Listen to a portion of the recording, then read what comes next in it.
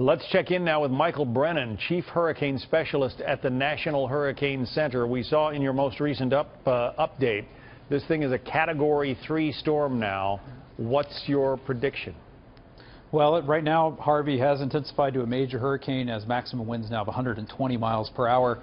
We're expecting the core of Harvey to continue moving northwest and approach the middle Texas coast tonight and make landfall either late tonight or early tomorrow morning. And that's going to bring the core of those heavy winds that are centered around the eye itself that you can see here on radar to the coast. It's also going to bring a life-threatening storm surge of 6 to 12 feet above ground level. That's 6 to 12 feet of flooding from the ocean pushing onshore right along the coast, especially near and to the right of wherever the center crosses the coast overnight tonight. After that time, Harvey's going to slow down. The track forecast through the next 5 days basically has it meandering around southeastern Texas or very near the coast, or perhaps maybe moving a little bit offshore and dumping tremendous amounts of rain. We're going to see a catastrophic rainfall event with widespread rainfall amounts of 15 to 25 inches in these dark purple areas across the Houston-Galveston area, Victoria, Corpus Christi.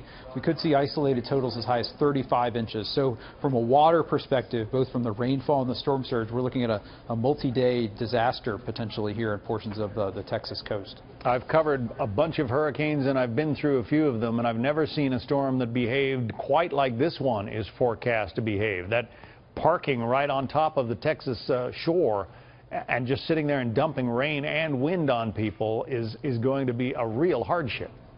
Yeah, it is. And for folks who are going to be in areas where they might be sort of surrounded by water, maybe people who didn't evacuate from a storm surge prone area, they could be stuck there for quite some time because the water is not going to recede. Harvey's going to be moving so slowly. There's going to be this prolonged period of onshore flow from the ocean that's going to keep the water levels abnormally high. And then with the rain falling on top of that, there's just going to be a tremendous water problem over much of the Texas coast for the next several days, unfortunately. For those who want to evacuate and have not done so yet, is it too late, or should they, listen to their local authorities?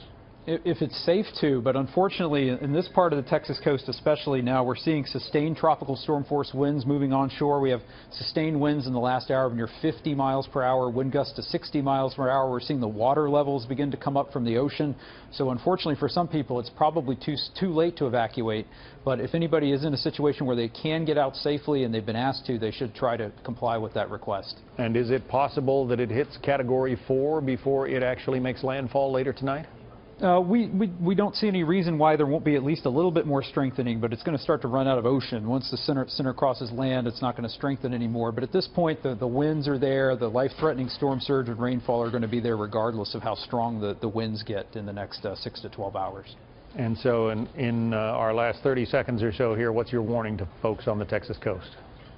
Be prepared for a multi-day disaster from a water perspective, especially anybody who's living in this storm surge prone area in the dark pink all the way from north of Brownsville to Galveston Island, Bolivar Peninsula. If you've been told to evacuate and you could still do so, please do that, and be prepared for the life-threatening rainfall that's going to be coming for the next several days into next week. We know you have another update to get to. Michael Brennan from the National Hurricane Center, we appreciate you spending some time with us today.